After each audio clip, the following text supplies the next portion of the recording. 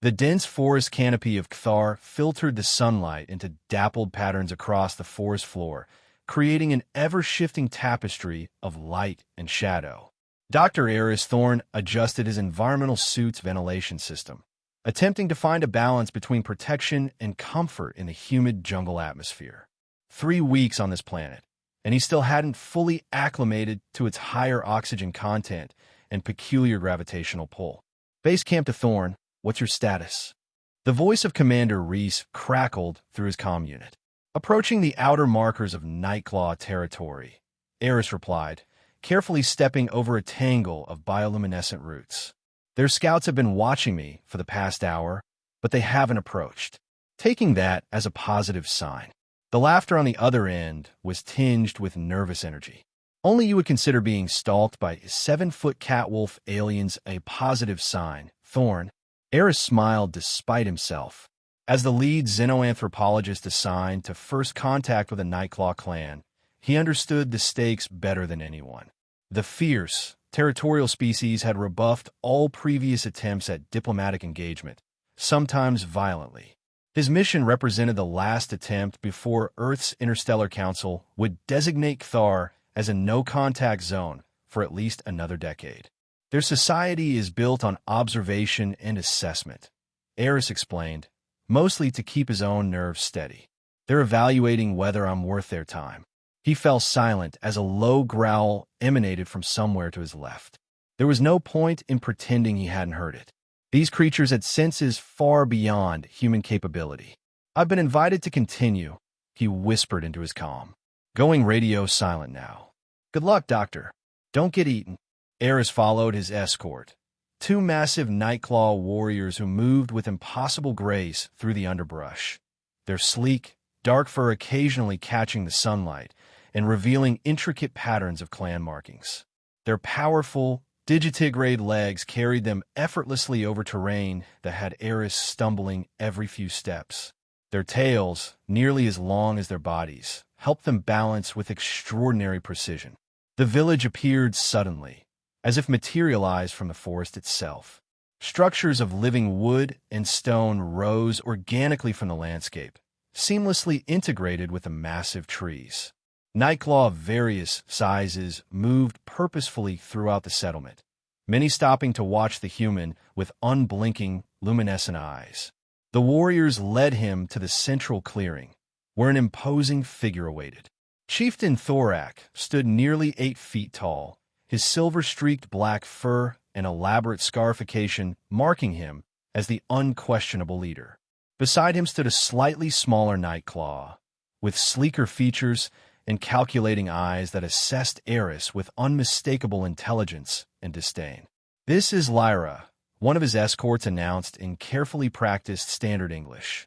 Daughter of Chieftain, first hunter, future leader of Nightclaw. Eris inclined his head respectfully, careful not to make direct eye contact for too long, a gesture the preliminary research suggested would be interpreted as a challenge. I'm honored to meet you both, he said, keeping his voice steady despite his racing heart. I am Dr. Eris Thorne of Earth, and I come seeking knowledge and friendship between our peoples. The chieftain growled something in their native tongue, a complex series of growls, clicks, and shrills that Eris's translator struggled to process. The female, Lyra, stepped forward. My father says you are either very brave or very foolish, she translated, her voice deep and melodious despite its edge of hostility. We have not decided which. Sometimes wisdom lies between bravery and foolishness, Eris replied carefully, remembering his diplomatic training. I hope to learn from the Nightclaw, if you will teach me. This earned a sound from the assembled warriors that might have been laughter or scoffing. Eris couldn't tell. But the chieftain seemed to appreciate the response, gesturing toward a large structure at the heart of the village. The first exchange of tokens ceremony will test your words, Lyra said, moving with predatory grace. Follow. Inside the ceremonial lodge, elders and warriors arranged themselves in concentric circles. The air was heavy with incense and the musky scent of the Nightclaw themselves.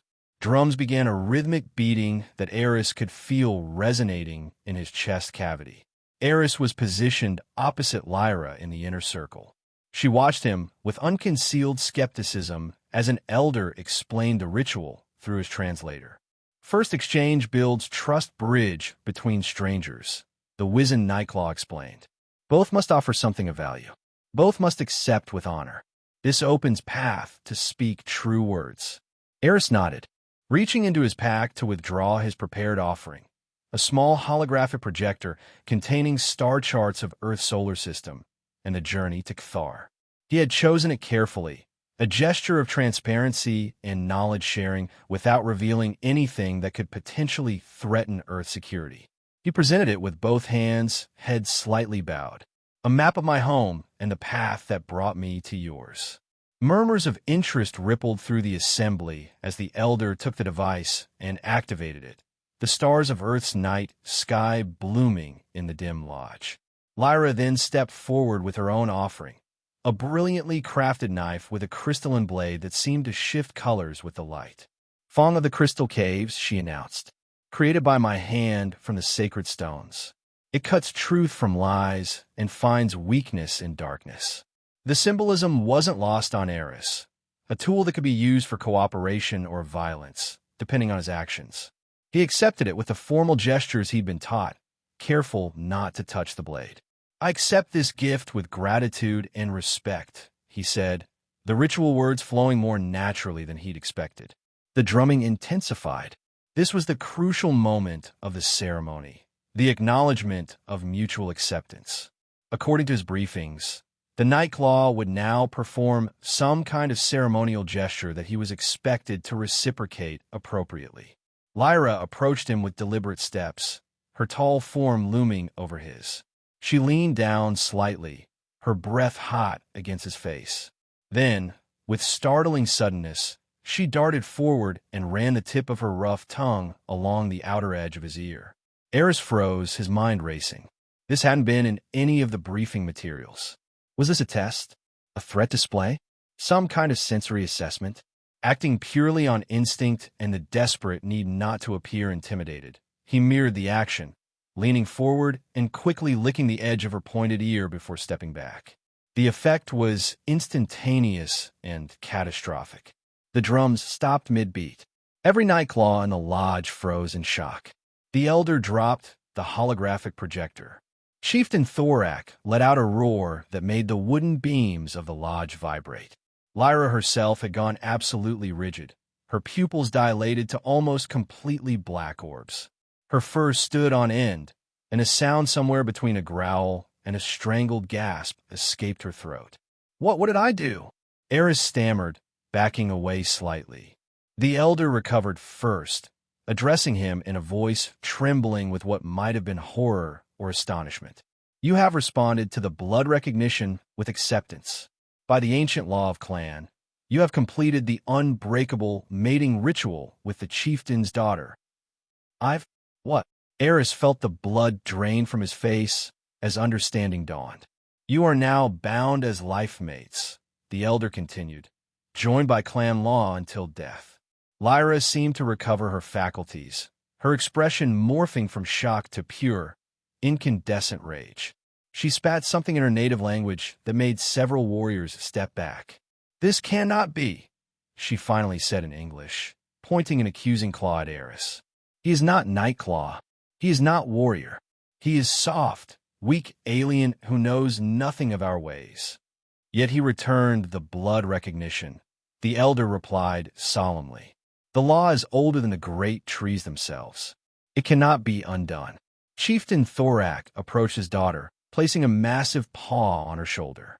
Their conversation was rapid and intense, with Lyra gesticulating furiously while her father maintained a stern, immovable countenance.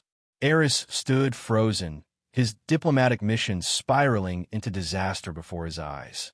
He had inadvertently mated, the princess of the very species he was supposed to be establishing peaceful first contact with. "I apologize," he finally managed, addressing the room. "I didn't understand the significance of the gesture. In my culture, we don't have such specific rituals. Perhaps there's some way to undo." "Silence," Lyra snapped, turning back to him with blazing eyes. What is done. The ancestors have witnessed. To break the bond would bring disgrace to my bloodline and curse upon the clan. She stalked toward him, teeth bared. You have trapped us both in this fate with your ignorance. The chieftain growled something that sounded decisive. My father says you will now dwell in the mated pair dwelling. The elder, translated as Lyra, seemed too furious to speak. You will learn our ways. You will prove yourself worthy of clan, or you will die trying. This is the only path forward. As Eris was led away by grim-faced warriors, Commander Reese's last words echoed mockingly in his mind. Don't get eaten. Somehow, he suspected being literally devoured might have been a simpler fate than the one he now faced. The mated pair dwelling was situated at the edge of the village, a spacious hollow formed within the living trunk of a massive tree. Under different circumstances, Eris might have appreciated its organic architecture and the clever way the Nightclaw had integrated natural features with constructed elements. Now it felt like the most sophisticated prison cell in the galaxy. Lyra stormed in behind him, her tail lashing angrily. Without a word, she went to the far side of the circular room and began sharpening her claws on a wooden post specifically designed for that purpose. Her back deliberately turned to him. Eris set down his pack and took a cautious seat on what appeared to be a sleeping platform. The silence stretched painfully between them. I truly am sorry, he finally offered. If I had known. You know nothing, she cut him off, still not turning around. You know nothing of our ways, our honors, our history. Yet now you are bound to me by the most sacred of our traditions. She finally whirled to face him, her eyes glinting in the dim light. Do you understand what you have done? I am heir to the leadership. I was to choose a mate of strength and valor when the time was right, someone to stand beside me when I lead our people. And instead you got me, Eris said quietly, understanding the magnitude of the disaster from her perspective. Yes, she said, her voice cold. Instead, I am bound to a soft-skinned alien who stumbles through our forest like a blind kid and doesn't even know the meaning of an ear greeting. Eris winced at the assessment, but couldn't deny its accuracy. What happens now? Now, Lyra gave a sound that might have been a bitter laugh. Now you learn to survive. I cannot harm my mate. The word seemed to physically pain her. Honor forbids it. But neither am I required to protect you from your own stupidity beyond what clan law demands. She moved to a storage area and tossed him a bundle of what appeared to be bedding. Sleep there, she said, pointing to a smaller platform on the opposite side of the dwelling. Touch nothing you do not understand. Speak to no one unless spoken to first. In the morning, we begin your instruction in the most basic aspects of clan life. Perhaps, if you are very fortunate, you will not embarrass me completely. With that, she curled herself onto the larger sleeping platform, her back to him, her posture radiating tension and displeasure. Eris stared at the ceiling, sleep absolutely impossible despite his exhaustion. His mind raced through diplomatic protocols and potential solutions, none of which seemed applicable to accidentally marrying an alien princess through ritualistic ear-licking. Eventually, he sent a heavily edited status update to the research base, omitting the more mortifying details while making it clear he would be staying in the village longer than planned. The next several days passed in a blur of cultural misunderstandings, tense meals, and crash courses in Nightclaw etiquette. Lyra proved to be a reluctant but thorough instructor, correcting his posture, his eating habits, his walking gait, and especially his attempts at their language with merciless efficiency. No, she growled for perhaps the 20th time as he attempted a greeting phrase. You make the sound from deep in the chest, not the throat. Like this. She demonstrated again, a rumbling trill that Eris's human vocal anatomy simply wasn't designed to replicate. I'm trying, he said, frustration evident. Try harder, she replied bluntly, but there was marginally less hostility in her tone than on the first day. The clan watches us. They whisper that I am mated to one who cannot even speak properly. I'm sorry to be such a disappointment, Eris muttered, exhaustion momentarily overriding his diplomatic restraint. Lyra's ears flicked forward in surprise at his tone. She studied him with those unsettling predator's eyes. "You are not what I expected," she finally said. "What did you expect? That you would cry for your Earth people to rescue you? That you would demand special treatment? That you would break under our ways?" She tilted her head slightly. "You bend, but you do not break." Before Eris could respond to what almost sounded like a compliment, a horn sounded from the village center. "The great hunt begins tomorrow," Lyra announced, her posture stiffening. "We must participate together, as all new mated pairs do." "The great hunt?" Eris tried to keep the alarm from his voice. "We journey to the Mist Canyons to hunt the crystal-horned dapplebacks that graze there. Their meat is rich, their hides valuable, their horns powerful medicine." She looked him over critically. "It is a test of the pair's harmony and survival skills. I don't suppose there's any way I could sit this one out?" Eris asked, already knowing the answer. Lyra's expression was unreadable. "If we do not participate, it would be a declaration that our pairing is false. The consequences would be severe." She turned away. "Sleep well. Tomorrow will test us both." The sun had barely crested the horizon when the hunting party assembled at the village edge. Eris had been equipped with Nightclaw hunting garb modified for his smaller frame and differently shaped limbs. Lightweight armor made from treated hides and flexible plant fibers that offered protection without restricting movement.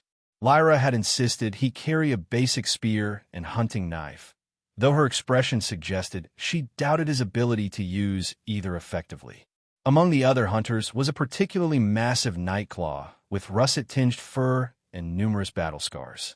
He approached as they prepared their gear, his gaze fixed on Eris with undisguised contempt. "So this is the alien who claimed our future leader through trickery," he rumbled in heavily accented English.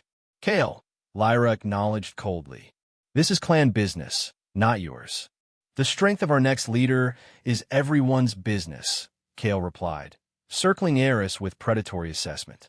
"He will not survive the Mist Canyons. Perhaps that would be for the best." "He is my mate by law," Lyra said, stepping between them. "Challenge him, and you challenge me." Kale's fur bristled, but he backed away with a mocking bow. "As you wish, future chieftain. But the canyons have their own challenges that respect no law." As the hunting party moved out, Eris kept pace beside Lyra, his modified gear proving surprisingly functional. "I take it Kale was a suitor?" he asked quietly. Lyra's ear flicked in annoyance. "He has made his desires known for many seasons. My father favored the match for its political advantages. I had not yet decided."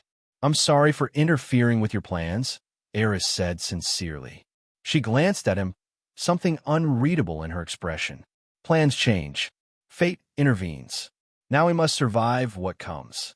The journey to the Mist Canyons took most of the day, the terrain growing increasingly rugged as they left the dense forest for rocky highlands.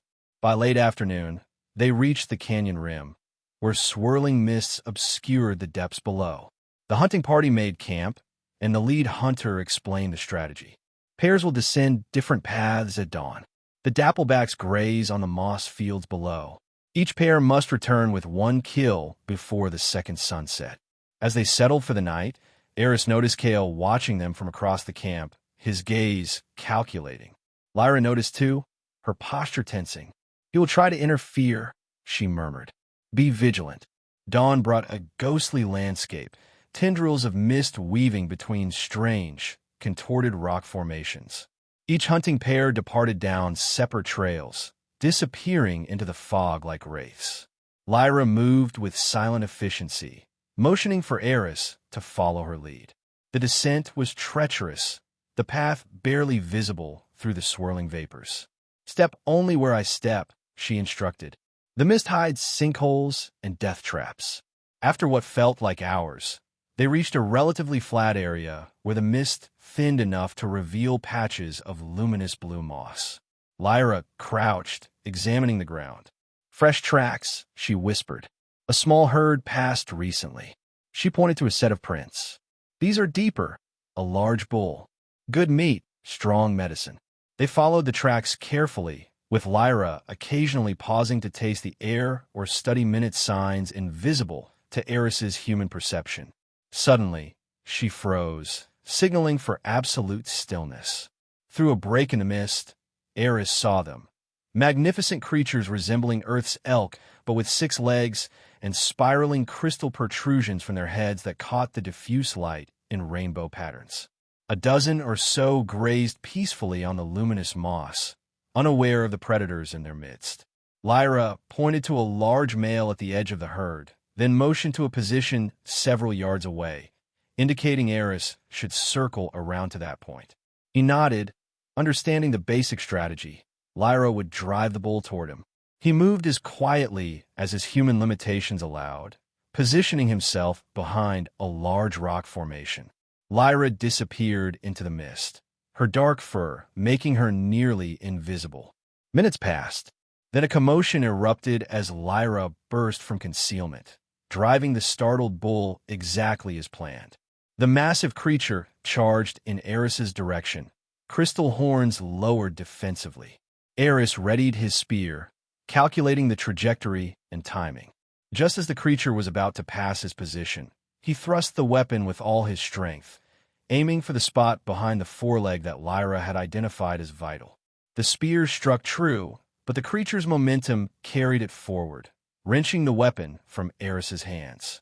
The wounded Dappleback staggered, then turned to charge again, fury in its eyes. Before Eris could react, Lyra appeared from nowhere, leaping onto the creature's back with feline grace. With a practiced motion, she drove her blade into the base of the beast's skull. It collapsed instantly. Eris approached cautiously as Lyra performed a brief ritual over the fallen animal, murmuring words of respect and gratitude. She looked up at him with an unreadable expression. "Your strike was good," she admitted. "Few first-time hunters hit the heart point so accurately." "I have a background in xenobiology," Eris explained. "I understand comparative anatomy." She tilted her head slightly. "Knowledge without skill is useless in the hunt. But you have some skill after all." There was a hint of surprise in her voice, perhaps even respect. Together they began the process of preparing the kill for transport. A messy, physically demanding task that Eris approached with determined focus despite his inexperience. Lyra demonstrated the proper techniques, and Eris followed her instructions with careful attention. "Why did you become what was your word?" "Anthropologist," Lyra asked as they worked, the first personal question she had posed since their forced union. "Xenoanthropologist," Eris corrected.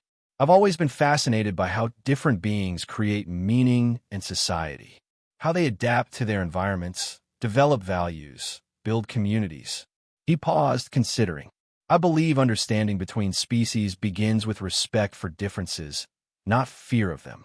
Lyra seemed to consider this, as she expertly removed the crystal horns for separate transport. "Yet your kind has advanced weapons, technologies we do not possess. Many believe you come to study us only to know our weaknesses." "Some humans might," Eris admitted honestly. "But that's not why I'm here. I genuinely want to learn and share knowledge that benefits both our peoples." Their conversation was interrupted by a low, rumbling sound from somewhere in the mist. Lyra instantly tensed, her ears swiveling toward the noise. "Stone serpent," she hissed, her fur bristling. "We must move quickly." They hastily gathered their butchered kill, but before they could retreat, a massive, snake-like creature with stone-like scales emerged from the mist. Its jaws could easily engulf either of them whole, and its segmented body stretched at least 30 feet behind it. "Run," Lyra commanded, shoving Eris toward a narrow crevice in the canyon wall. They barely made it to the shelter before the creature struck, its head slamming against the rock entrance with enough force to dislodge small stones from above. Lyra pushed Eris deeper into the crevice, positioning herself protectively at the entrance with weapon drawn. The serpent struck again and again, unable to fit through the narrow opening but unwilling to abandon its prey. Each impact sent more debris raining down from the unstable ceiling. "It won't leave while it senses warm blood," Lyra said grimly, eyeing the increasingly unstable rocks above. "And this shelter will not hold much longer." Eris surveyed their precarious situation. The crevice extended deeper into the cliff face, but was too narrow for the larger Nightclaw to navigate easily. I might be able to find another way out, he suggested, pointing to the passage behind them. Human anatomy has some advantages in tight spaces. Lyra hesitated, clearly torn between protecting him and practical necessity. Be swift, she finally said. I will hold it here. Eris squeezed through the narrow tunnel, using his environmental suit's light to navigate the twisting passage. The stone was slick with mineral deposits, making progress treacherous. Behind him, he could hear the continued impacts of the serpent's attacks and Lyra's occasional battle cries. The passage eventually opened into a small cavern with several branching tunnels. More importantly, Eris noticed the walls were covered with a phosphorescent fungus similar to ones he'd studied in earth caves. He quickly collected samples, crushing them between his fingers to test his theory. The fungus emitted a strong, acrid odor, one that burned his nostrils even through his filter mask. Perfect. Working quickly, he gathered more fungus and packed it into a makeshift pouch torn from his undergarment. He then located a tunnel that seemed to lead upward, following it until he found himself emerging on the canyon rim above where Lyra was trapped. From his vantage point, he could see the stone serpent still battering the crevice entrance. Lyra was visible in flashes as she struck at the creature whenever it pulled back to strike again. Eris positioned himself on an outcropping directly above the serpent and waited for it to rear back for another attack. When it did, he dropped his fungal bomb directly onto its head, the pouch rupturing on impact. The effect was immediate and dramatic. The creature recoiled violently, thrashing in apparent agony as the fungal spores irritated its sensory organs. After several seconds of frenzied movement, it retreated into the mist, desperate to escape the chemical assault. Eris scrambled down the cliff face as quickly as he dared. By the time he reached the crevice entrance, Lyra had already emerged, looking up at him with an expression of genuine astonishment. "How did you know the cave fungus would repel it?" she demanded. "I didn't know for certain," Eris admitted. "But similar species on Earth use chemical defenses to deter predators. It was a calculated risk." Lyra stared at him as if seeing him for the first time. "You used knowledge as a weapon," she said slowly. "Without strength or claws or teeth. You defeated a stone serpent with mushrooms." A strange sound emerged from her throat. It took Eris a moment to realize she was laughing. "We should retrieve our kill and return to camp," she said when her mirth subsided. "The others will not believe this tale." As they gathered their hard-won prize, Eris noticed a subtle change in Lyra's demeanor toward him. A certain tension had eased, replaced by something not quite friendly, but no longer actively hostile. When they returned to the hunting camp with their kill, they found they were among the first pairs to succeed. The other Nightclaw warriors regarded them with surprise, particularly when Lyra recounted the stone serpent encounter. Eris noticed that her telling emphasized their cooperation, giving him full credit for the clever solution. Kale was notably absent, having not yet returned from his hunt. When he finally appeared hours later, his expression darkened at the sight of Eris, standing among the successful hunters. That night, as they prepared for the return journey to the village, Kale approached them at their campfire. He carried a ceremonial spear adorned with feathers and bone talismans. "I invoke the right of honor challenge," he announced loudly, ensuring all could hear. "I challenge the off-worlder who claims to be worthy of our future leader." A murmur spread through the camp. Lyra rose to her feet for bristling. "You overstep, Kale. He is my mate by law. The law also permits honor challenge for any warrior who questions the worthiness of a new mate," Kale countered smoothly. "Unless he fears to face me." He directed this last question at Eris with a contemptuous smirk. Eris slowly stood, understanding the significance of this moment. Refusing would confirm every suspicion about his weakness and unworthiness. Accepting meant facing a seasoned Nightclaw warrior in some form of ritual combat he knew nothing about. "I accept your challenge," he said clearly, "though I would know the terms." Kale's smile was predatory. "Simple terms. We face each other in the circle of truth at dawn. Weapons permitted. The challenge ends when one yields, or can no longer fight." Lyra pulled Eris aside as the camp buzzed with excited conversation. "You should not have accepted," she hissed. "He is our strongest warrior after my father." "What would have happened if I refused?" Eris asked. She looked away. "My position would be weakened. The clan would question my judgment forever. But at least you would live." "Then I made the right choice," Eris said, more calmly than he felt. "But I could use some advice on Nightclaw combat rituals if I have any chance at all." Lyra studied him for a long moment, then nodded decisively. "Cool, we have much to discuss before dawn." They spent hours away from the main camp, with Lyra demonstrating basic defensive postures and explaining the rules of the honor challenge. Eris listened intently, committing every detail to memory. "Kale's weakness is his pride," Lyra explained. "He will expect to overwhelm you immediately. He will not take you seriously as an opponent, which means he will be careless." She demonstrated a fighting stance.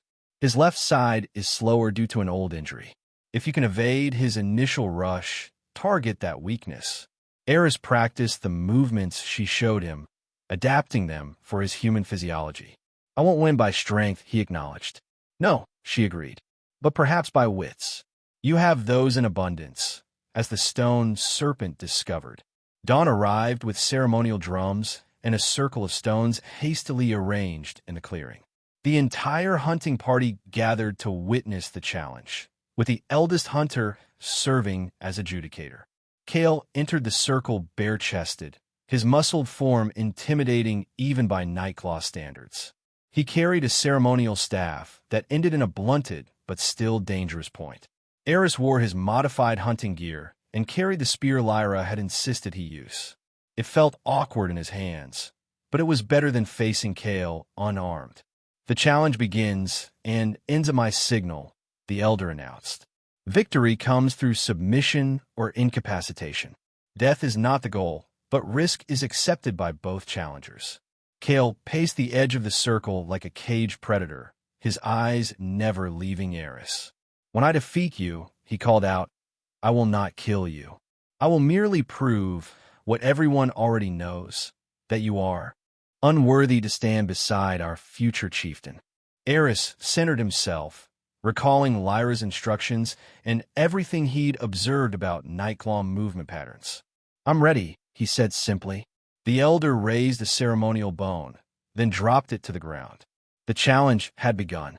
Kale charged immediately, just as Lyra had predicted. His powerful legs propelled him across the circle with frightening speed, staff aimed at Eris's midsection. Eris waited until the last possible moment before pivoting sideways, using a technique Lyra had shown him that utilized his smaller size and different center of gravity. Kale's momentum carried him past, though the staff grazed Eris's side painfully. The Nightclaw warrior recovered quickly, whirling with a growl of frustration. This time he approached more cautiously, testing Eris's defenses with quick thrusts and feints. Eris maintained the defensive posture Lyra had taught him, using his spear to parry rather than attack. Each time Kale struck, Eris retreated just enough to avoid serious impact while studying his opponent's patterns. "You cannot evade forever, alien," Kale taunted, circling relentlessly. "Fight me if you dare." The next charge was more controlled, but no less powerful. Eris barely deflected the blow, the impact numbing his arms. He stumbled backward, almost falling. Kale pressed his advantage, raining blows that forced Eris to the edge of the circle. One strike hit Eris's shoulder with enough force to spin him around. The crowd rumbled with anticipation of a quick conclusion. As Kale moved in for what he clearly intended to be the finishing blow, Eris dropped to the ground and rolled beneath the sweeping staff. Coming up inside Kale's guard, he thrust his spear but upward into the warrior's chin with all his strength. The unexpected blow rocked Kale backward. Before he could recover, Eris swept his legs, a human wrestling move adapted to the situation, sending the massive Nightclaw crashing to the ground. The crowd fell silent in shock. Eris didn't waste the opportunity. He positioned his spear at Kale's throat, not breaking the skin, but making the threat clear. "Yield," he said firmly. Kale's eyes blazed with hatred and humiliation. For a moment, Eris thought he would refuse, would choose to continue fighting even from this disadvantaged position. Then, with a growl of pure frustration, the warrior tapped the ground twice, the signal of submission. Eris immediately backed away, lowering his weapon. He extended a hand to help Kale up, a human gesture of sportsmanship that the Nightclaw ignored, rising to his feet without assistance. "The challenge is decided," the elder announced into the stunned silence. "The Maid of Lyra has proven his worth by clan law." Kale stalked from the circle without another word, but the damage to his prestige was evident in the way the other warriors watched him go. Several approached Eris with gestures of respect that would have been unthinkable the day before. Lyra made her way through the crowd, her expression unreadable.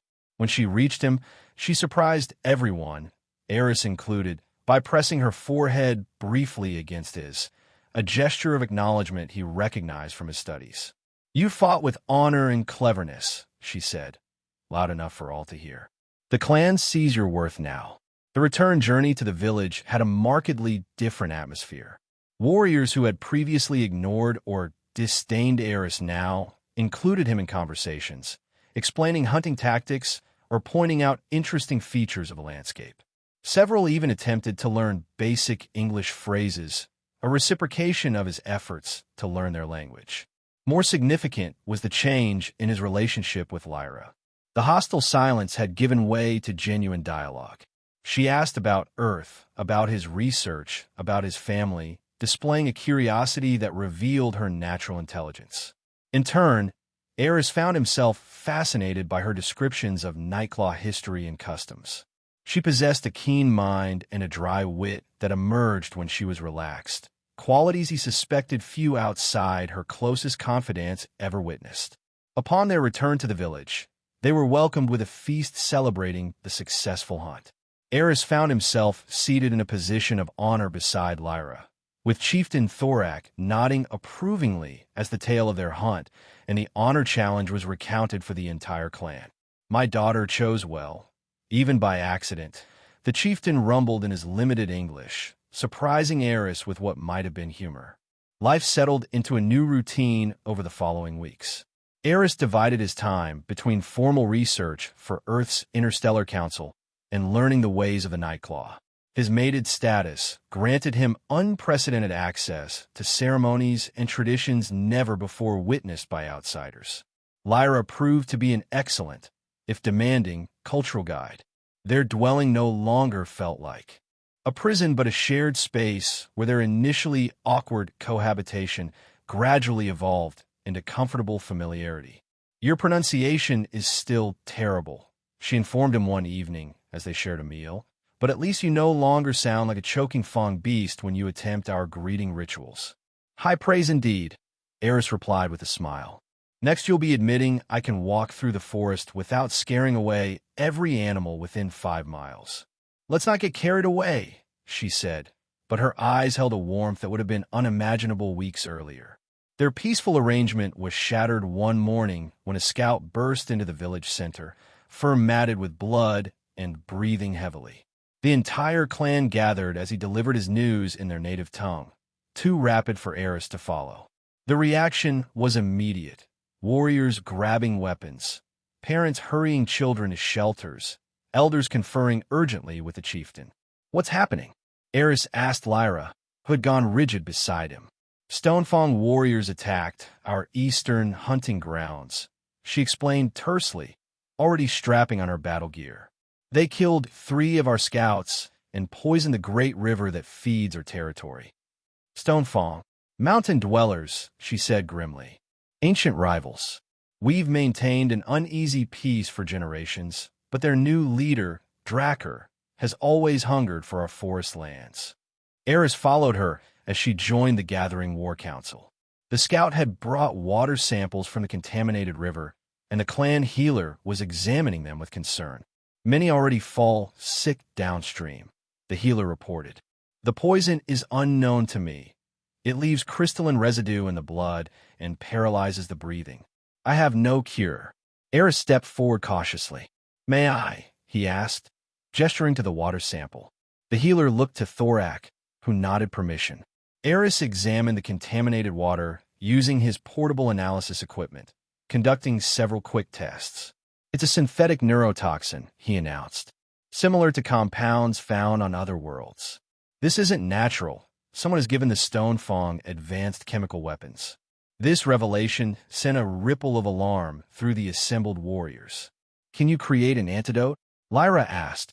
I believe so, Eris replied, mind racing through chemical formulations. But we need to neutralize the source quickly. Each hour more poison enters the water system. Thorak growled something to his war chief, who nodded grimly. My father orders immediate preparation for battle, Lyra translated. We must strike the Stone Fong and destroy their poison source before more die. Wait, Eris interjected, earning surprised looks from the Nightclaw. A direct assault is exactly what they're expecting. It's why they poison the river, to force a confrontation on their terms.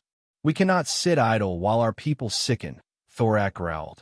I'm not suggesting inaction, Eris clarified. I'm suggesting a different approach. Let me work on the antidote while a small team infiltrates Stone Fong territory to identify and neutralize the poison source. A targeted mission rather than full-scale war. The council debated his proposal, with opinions sharply divided. Finally, Lyra spoke up. I will lead the infiltration team, she declared. My mate will create the antidote and accompany us with his knowledge of the poison. Thorak studied his daughter and her human mate for a long moment before giving his assent. Choose your warriors wisely, he told Lyra. This mission cannot fail. As they prepared for departure, Kale approached them unexpectedly. I request to join your team, he said stiffly, addressing Lyra but glancing at Eris. Lyra's eyes narrowed suspiciously. Why? Because I'm the best tracker in the clan, he replied simply, and because I wish to restore my honor. After a tense moment, Lyra nodded. Be ready at moonrise. Eris spent the intervening hours working feverishly with the clan healer, developing an antidote using his equipment and local medicinal plants. By sunset, they had created enough doses to treat the most seriously affected victims. This will help those already poisoned, he explained to Thorak, but we must stop the contamination at its source. Their infiltration team slipped away from the village under cover of darkness. Lyra, Eris, Kale, and two other experienced warriors named Shun and Vex. They traveled light and fast, using hidden paths through the forest that gradually gave way to the rocky foothills of Stone Fong territory. Their central settlement lies within the Mountain of Three Peaks, Lyra explained as they paused to survey the landscape. But the river emerges from the bone caves to the north. That's where they would position a contamination device, Eris reasoned. Maximum effect, minimal exposure to their own people. Kale, who had been scouting ahead, returned with disturbing news. Stone Fong patrols are everywhere, more numerous than normal. They've set guards at all the usual approaches to the caves. They're expecting us, Vex growled. Then we go where they don't expect, Lyra decided, pointing to a nearly vertical rock face. The Widow's Climb. Too dangerous for normal travel, but it will put us above the cave entrance. The ascent was harrowing, especially for Eris, whose climbing skills were no match for the Nightclaw's natural agility. More than once, Lyra had to reach back to secure his position, her powerful grip the only thing keeping him from fatal fall. I doubt the wisdom of bringing him, Kale muttered when they finally reached a narrow ledge above the cave system. Then you lack vision, Lyra replied sharply. Who else could identify the poison device? From their vantage point, they could see Stone Fong warriors guarding the main entrance to the cave complex. Their appearance was similar to the Nightclaw, but with heavier builds, stone-gray fur, and prominent lower tusks that jutted upward from their jaws. There, Eris whispered, pointing to a small group of figures entering the caves. Those aren't Stone Fong. Lyra followed his gaze, her night vision superior to his. Outsiders, she confirmed grimly. Bipeds like you, but different, wearing artificial skins with markings. Eris felt a chill of recognition. Mercenaries, probably Orion Syndicate. They're known for selling weapons to pre-space societies to destabilize regions before corporate exploitation. So the Stone Fong have off-world allies, Kale growled. This changes everything. It means we're dealing with advanced technology, Eris warned. The contamination device will be sophisticated, possibly booby-trapped. They located a narrow fissure that provided access to the cave system, bypassing the guarded entrance. The passages were tight and winding, requiring them to move single file through near-total darkness. Only the Nightclaw's natural ability to see in minimal light kept them from becoming hopelessly lost. Eventually, they detected the sound of running water and followed it to a large chamber where the underground river emerged briefly before continuing its journey through the mountain. The sight that greeted them confirmed Eris's worst fears. A sleek, metallic device had been positioned at the narrowest point of the water flow, its pulsing lights indicating active operation. Around it, several Stonefang warriors stood guard, along with 2 armored mercenaries carrying energy weapons far beyond Kthar's indigenous technology level. "That's a TXN-5 environmental modifier," Eris whispered, recognizing the device from his xenotechnology studies. "It's programmed to release precise amounts of toxin over an extended period. Those mercenaries have violated at least 5 interstellar non-interference statutes." "Can you disable it?" Lyra asked. "Yes, but we need to deal with the guards first and quietly. Those mercenaries can call for reinforcements with their comm units." Lyra silently organized their approach. She and Kale would take the mercenaries, while Shun and Vex handled the Stonefang guards. Eris would remain hidden until the area was secured, then disable the device. The Nightclaw moved with lethal efficiency. Lyra dropped from a ledge directly onto the first mercenary, her claws finding the vulnerable neck seal of his armor before he could raise an alarm. Kale simultaneously incapacitated the second with a swift, brutal strike to the head. The Stonefang guards, alerted by the muffled sounds of struggle, were met by Shun and Vex emerging from the shadows. The fight was brief but violent, with one guard escaping down a side tunnel, presumably to sound an alarm. "Hurry," Lyra called to Eris. "We have little time." Eris rushed to the contamination device, using his portable scanner to analyze its systems. "It's as I feared," he reported. "Tamper-proof, fail-safes. If we try to shut it down improperly, it will release all remaining toxin at once." "Can you override?" Kale demanded, taking up a defensive position at the chamber entrance.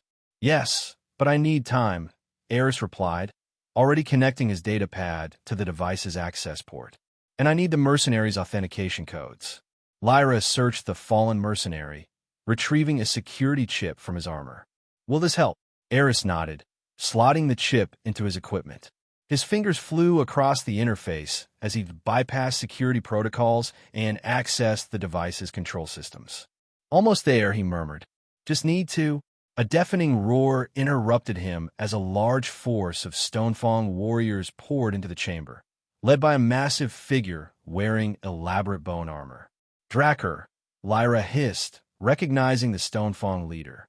The infiltration team formed a protective semicircle around Eris and the device as he continued his work. The chieftain's daughter herself, Drakkar's voice was deep and mocking. "And her pet human. How convenient. You violate ancient treaties, Drakkar," Lyra accused. "You poison our waters with off-world weapons. This is not honorable warfare. Honor is a luxury of the powerful," Drakkar replied coldly. "We do what is necessary to claim what should be ours. The forest has sustained your people for generations while we scratch existence from bare rock." "Almost done," Eris whispered to Lyra, not looking up from his work. "Keep them talking." "And these outsiders?" Lyra demanded of Drakkar. "Do they share your concern for your people's welfare? Or do they offer you weapons in exchange for your land's resources once we are eliminated?" A flicker of uncertainty crossed Drakkar's features, suggesting Lyra's accusation had hit uncomfortably close to the truth. "Finished," Eris announced quietly. "The device is neutralized, and I've extracted proof of the mercenaries' involvement." Drakkar, seeing Eris's activity, roared in rage. "Kill them all." What followed was chaos. The Nightclaw fought with desperate ferocity, but they were grievously outnumbered. Shun fell first, overwhelmed by 3 attackers. Vex was driven back against the cave wall, bleeding from multiple wounds. Kale fought like a demon, his earlier animosity transformed into battle brotherhood as he defended Eris's position. "Take the evidence and go," he shouted to Lyra. "Complete the mission." Lyra killed 2 Stonefang with lightning-fast strikes, but was forced back by Drakkar himself, his massive form driving her toward the underground river. Eris, seeing her predicament, made a split-second decision. He activated the device's emergency purge function, a feature he had discovered during his override, causing it to emit a piercing alarm and spray harmless but disorienting gas throughout the chamber. In the resulting confusion, he grabbed a fallen mercenary's stun baton and charged Drakkar from behind. The shock weapon connected with the Stonefang leader's unprotected neck, sending him crashing to the ground in a convulsing heap. "To the river," Eris shouted to Lyra, pointing to a narrow channel where the water exited the chamber. "It's our only chance." Lyra grabbed his arm, and together they plunged into the swift current, letting it carry them away from the battle.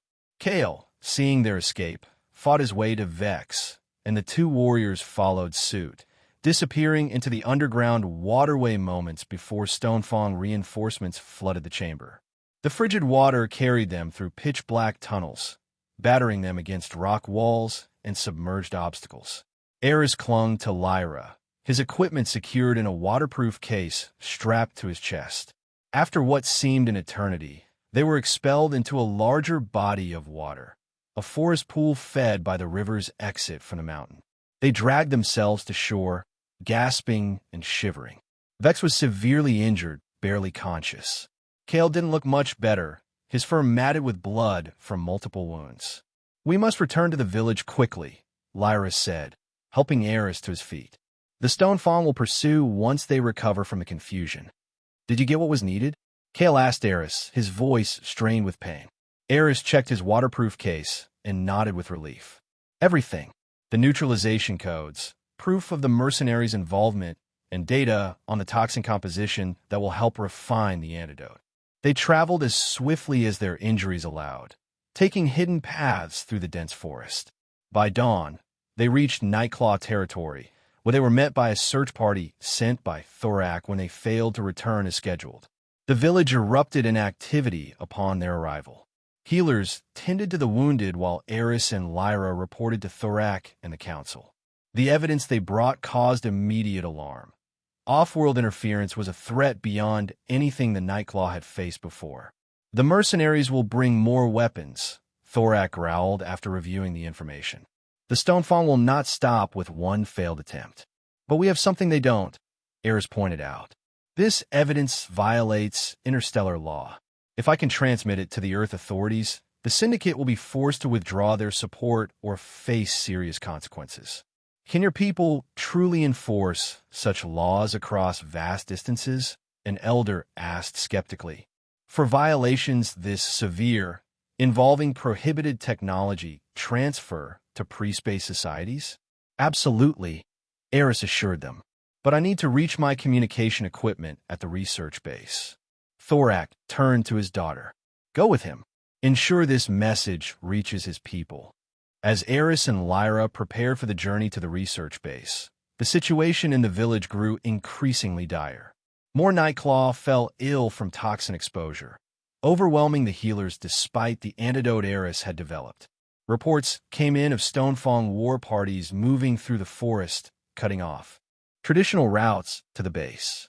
"We must take the Shadow Path," Lyra decided, packing light survival gear. "The Shadow Path?" Eris questioned. "A dangerous route through the deep forest," she explained grimly. "Few use it willingly. The plants are hostile, the predators numerous, and it passes too near the Whispering Stones. And the Whispering Stones are ancient ruins, forbidden. Those who linger near them hear voices that drive them to madness." Her expression was deadly serious. "But the Stonefang fear them too much to follow us there." They departed under cover of early morning mist, slipping away from the village unnoticed. The journey started easily enough, following game trails through familiar forest. By midday, however, the character of the woods changed dramatically. The trees grew larger, more twisted, their canopies so dense that perpetual twilight reigned below. Lyra moved with heightened caution, testing each step before committing her weight. "The plants here hunt as eagerly as any predator," she warned. As if to illustrate her point, a vine suddenly whipped toward Eris's ankle. Only Lyra's lightning-fast reflexes, severing it with her claw before it could make contact, prevented a potentially lethal encounter.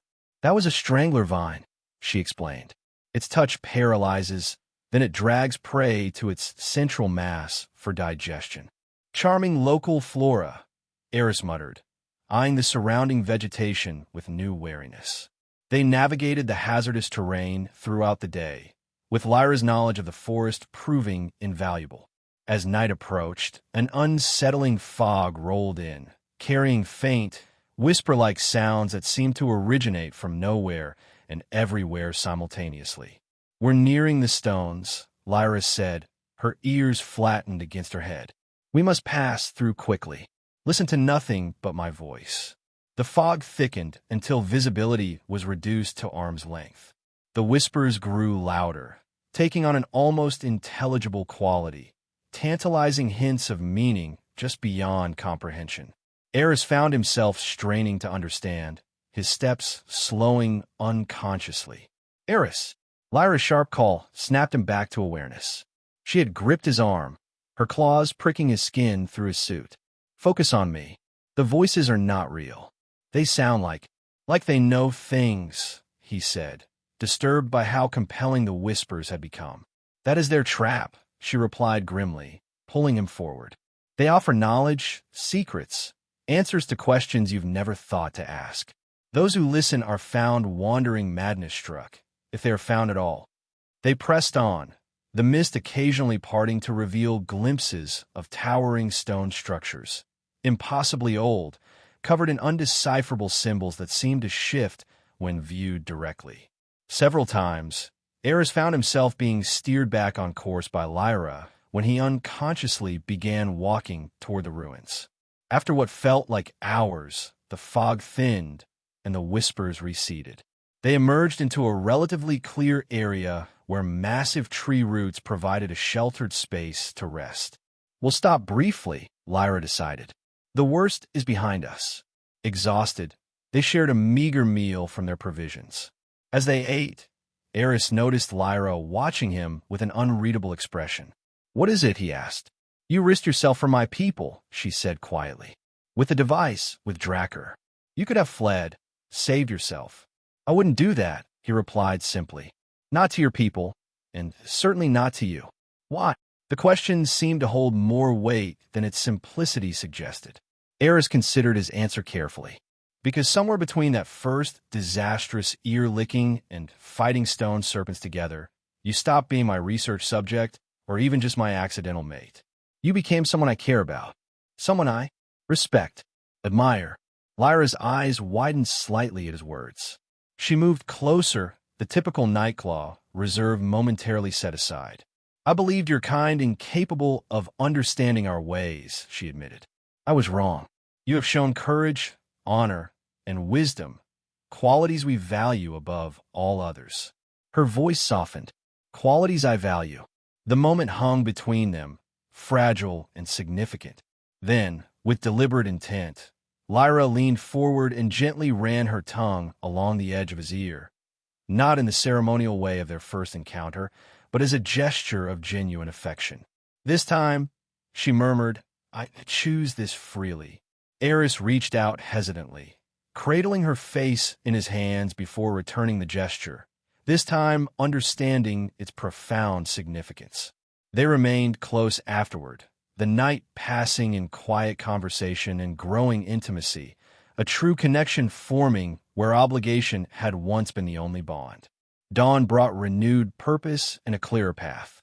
The rest of their journey to the research base was arduous, but without supernatural complications. By late afternoon, they emerged from the forest within sight of the human settlement. Commander Reese was stunned to see Eris accompanied by a Nightclaw warrior, but quickly grasped the urgency of the situation once Eris explained. Mercenaries supplying weapons to pre-space natives? That's a Class 1 violation, Reese confirmed, immediately preparing a secure transmission to Earth authorities. The Interstellar Council will dispatch enforcement vessels as soon as they receive this evidence. How long until they arrive? Lyra asked. 3 standard days, Reese replied after consulting a chart. They'll have jurisdiction to confiscate all prohibited technology and apprehend the mercenaries. 3 days is too long, Lyra said grimly. The Stonefang are preparing to attack now. Eris thought quickly. We don't need to defeat them, just delay them until help arrives. He turned to Reese. Commander, what non-lethal defense technology do we have available? Not much. Research outposts aren't exactly military installations, Reese replied. Some perimeter sensors, stun fields, short-range disruptors. Nothing that would stop a determined force. But enough to create a defensive advantage if used strategically. Eris pressed, an idea forming, especially if combined with local knowledge. They spent hours analyzing maps and devising a plan. When they returned to the Nightclaw village, they brought not only news of incoming help, but a viable strategy for holding off the Stonefang until it arrived. Thorak called a war council immediately. Eris and Lyra presented their plan, using the limited human technology to augment traditional defenses, creating choke points that would neutralize the Stonefang's numerical advantage, and preparing fallback positions if the front lines couldn't hold. We don't need to defeat them completely, Eris explained. Just prevent them from overrunning the village for 3 days. 3 days against Drakkars at full force. Kale questioned, his injuries bound but still painful. Can it be done? Not by strength alone, Thorak admitted, but perhaps by Nightclaw cunning combined with off-world strategy. The preparations were intense and comprehensive. Traps were laid along likely approach routes, utilizing both traditional Nightclaw hunting techniques and human sensor technology.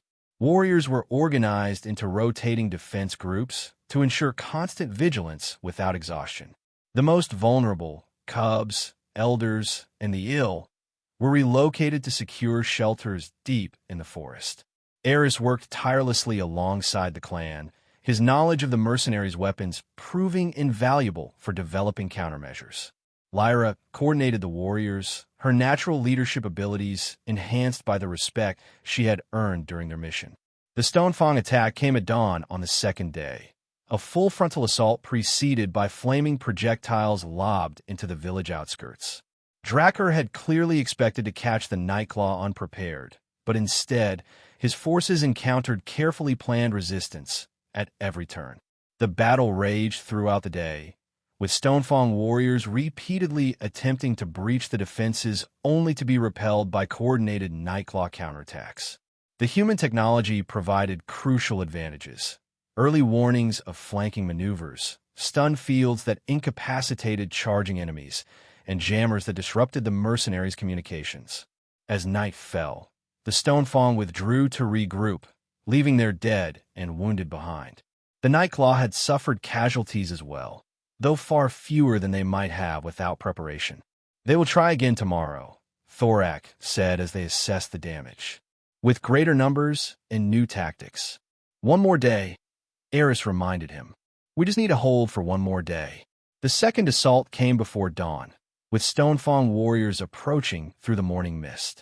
This time, they had adapted to some of the defenses, using primitive shields against the stun fields and spreading out to avoid ambushes. The fighting was fierce and often hand-to-hand. Eris found himself in the thick of battle alongside Lyra, his earth weapons and quick thinking complementing her lethal combat skills. They fought as a seamless unit, anticipating each other's movements with an almost preternatural connection. By midday, the situation had grown dire. The defensive perimeter had contracted significantly, with Nightclaw warriors forced to abandon outer positions. Supplies of the human defensive technology were depleted, and many warriors nursed injuries that slowed their reactions. We cannot hold them much longer, Kale reported, bleeding from a fresh wound to his shoulder. We must, Lyra insisted, her own fur matted with blood, some hers, some not. Help is coming. As if summoned by her words, A deafening roar split the sky. All combatants paused, looking up as a massive shadow passed overhead. An interstellar Council enforcement vessel hung in the air above the battlefield, its imposing silhouette unmistakable even to those who had never seen spacefaring technology. Smaller craft detached from the main vessel, descending rapidly toward the conflict zone. Voices boomed from unseen speakers, declaring in multiple languages that the area was now under Interstellar Council jurisdiction and all hostilities must cease immediately. The effect on the mercenaries was immediate. They broke ranks and fled, abandoning their Stonefang allies without a second thought. Drakkar, seeing his advantage evaporate, reluctantly ordered his forces to withdraw. Within hours, Council peacekeepers had established a buffer zone between the territories. The mercenaries were hunted down and apprehended, their illegal technology confiscated. Representatives met with both Thorak and Drakkar, making it clear that interplanetary law prohibited further outside interference in Kthar's development. More importantly, they mediated discussions addressing the underlying resource disputes between the clans. The Stonefang's legitimate grievances regarding access to water and arable land were acknowledged, with preliminary agreements for more equitable sharing of Kthar's natural wealth. As the immediate crisis subsided, Eris found himself at a crossroads. His research mission was complete, more successful than anyone could have anticipated, with unprecedented insights in a Nightclaw culture. Earth authorities expected him to return with the Council vessel, bringing his findings and recommendations for future contact protocols. Yet the thought of leaving filled him with unexpected dread. He stood at the edge of the village, watching the sunset paint Kthar's forest canopy in brilliant hues, when Lyra found him. "Your people wish you to return with them," she said, not a question, but a statement. "Yes. And what do you wish?" Eris turned to look at her, this fierce, intelligent being who had gone from reluctant captor to, what? Partner? Friend? Something deeper than either word encompassed. "I wish I didn't have to choose," he admitted. "My work on Earth matters. The knowledge I've gained here could improve relations with countless species. But, she prompted, moving closer. "But I found something here I never expected." He reached out hesitantly, taking her clawed hand in his. "Something I'm not ready to leave behind." Lyra's expression softened in a way few outside her clan would recognize. "The choice need not be final," she said. "You could return, complete your duties, and then decide. Kthar will remain. The Nightclaw will remain." Her grip tightened slightly. "I will remain. Would your father approve? The clan?" "My father already considers you clan," she replied with amusement. "You fought for our people, bled for our territory. The elders speak of you as Nightclaw in spirit, if not in form." Her voice grew more serious. "As for me, I once thought our bonding was an accident of ignorance. Now I wonder if the ancestors saw what we could not." The following day, a formal ceremony was held in the village center. The Interstellar Council representatives attended as witnesses, marking the event as historically significant, the first officially recognized union between human and Nightclaw. This time, when Eris and Lyra exchanged the ritual ear greeting, there was no shock or dismay from the assembled clan, only approval and celebration. Thorak himself placed a ceremonial mantle across Eris's shoulders, marking his acceptance as a full member of the clan. "You return to Earth with our blessing," the chieftain proclaimed, "and you will always have a place among the Nightclaw." As preparations for departure continued, Eris found moments of quiet reflection. His quarters at the research base seemed sterile and confining after weeks in the organic, living spaces of the Nightclaw village. His human colleagues, once familiar, now seemed oddly distant, unable to fully comprehend the transformation he had undergone.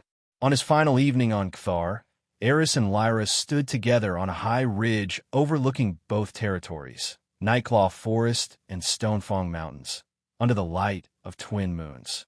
"I will return," he promised, the words feeling like a vow more binding than any formal ceremony.